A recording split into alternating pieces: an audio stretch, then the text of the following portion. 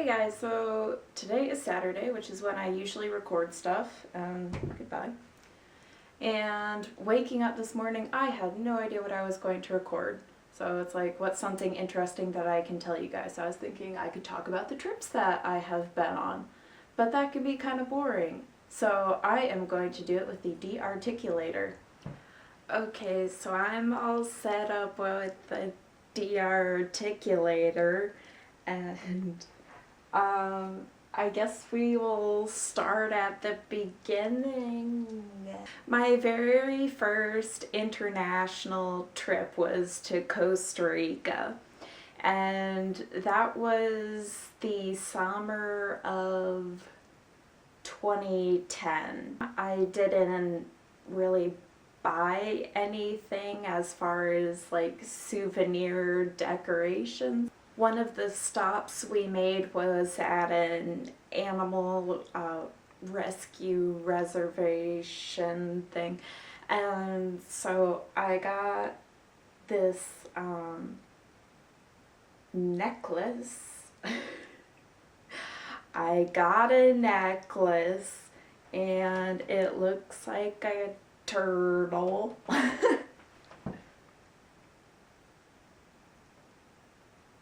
It was Discovery Student Adventures.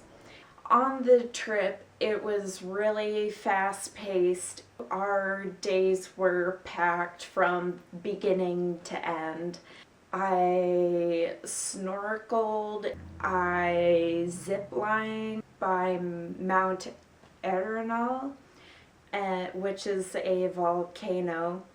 It was an absolutely beautiful country. It was so green everywhere and mountainous and very opposite to Iowa, where I'm from. The food in Costa Rica was monotonous. It was basically white rice and black beans served at every meal. And me being a vegetarian, I didn't get much variety. I got to hold a sloth at the animal reservation. Here's a picture with me and Elvis. Okay, to be honest, I kind of got used to the De-Articulator. It was very unnerving. I said very few words in a long expanse of time. I'm going to say a highlight from each of the countries I went to, because if I went extensively about everything we did everywhere, we'd be here for ages. I am going to talk about my trip to the British Isles, and we went to the main countries there, including England, Wales, Ireland, Northern Ireland, and Scotland, and then our tour concluded back in London. And so for souvenirs for London, I got this little fine china plate.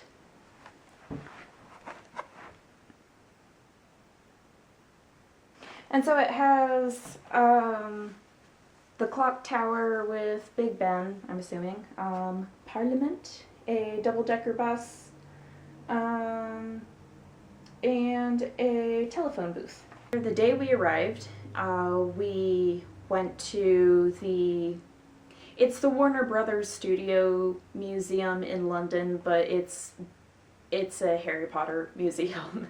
They had so many original things there. They had the original wands, the Great Hall, Harry's cupboard under the staircase, and outfits, props. They had the Horcruxes, just thousands and thousands of things there. It was so cool.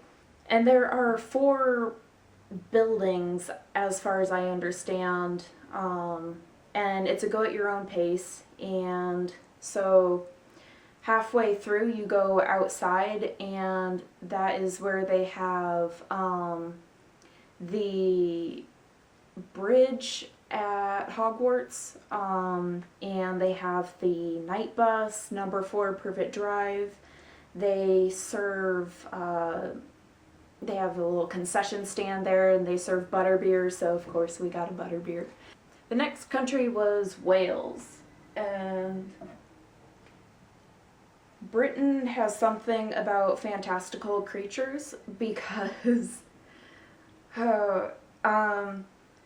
the national animal for Wales is the Welsh dragon. The national animal for Scotland is the unicorn. And then Ireland is famous for having the Loch Ness Monster. And I got it at a souvenir shop right across from Cardiff Castle. I loved Cardiff Castle. It was beautiful. It was a lot more modernized than I was expecting. I think of castles as being from like 500 to 700 years ago. I don't remember when the last residents of Cardiff Castle lived there, so here's the year. So it's a lot more recent than a lot of castles that I would think of. I thought I would do Ireland proud by getting a shot glass as a reminder of them. And so you have the Irish dancer, shamrock, a leprechaun. This is the bridge over the River Liffey, and I believe we drove over that on our tour bus. St. James's Gate, I don't ever remember seeing that. The Celtic Cross. I imagine that Guinness is probably copyright, so it is a Irish stout strong dark beer, it says.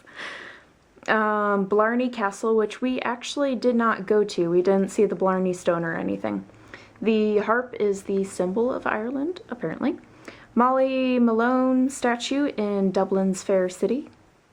The highlight of Ireland was there was this dinner and show. For the show part of it, they had river dancers and musicians. They had traditional Irish songs, and they had a comedian there. Irish river dancing is very beautiful, and the dancers were so good, the music was really good, and I really enjoyed it. It was great.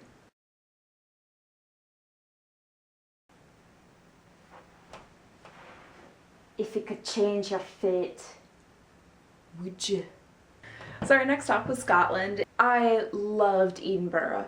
It was so cool that there was this modernized city with H&M and different restaurants and stuff, and then you would look out the window and see this beautiful castle on a cliff, and oh my goodness, it was so cool. Actually going through Edinburgh Castle, the sheer amount of information was overwhelming, and so I can't say that I got a whole lot out of it. I remember going down to where the prisoners of war were kept. After Scotland, we traveled back to London and we saw Warhorse. Alright, last souvenir is a little kiwi, and I got this when I was in New Zealand, and that was November and December of 2014. And this is actually made with real kiwi. I believe it's the down that the chicks shed when they turn into adults. He's a cute little guy. He's so cute. I could go into great depth of New Zealand, talking about it for ages. Quick overview. I went skydiving. I met people from all over the world.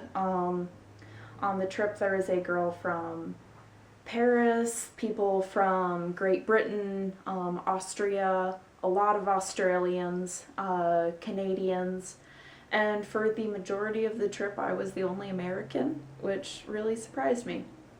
I did the Ogo. I went ziplining some more, horseback riding. I feel like I'm missing something really big. I have no idea what it is. I might have done something else, and it was probably great.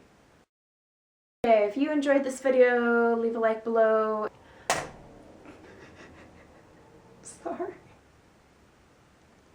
I'm bad at ending videos. I don't know what to do. I don't know.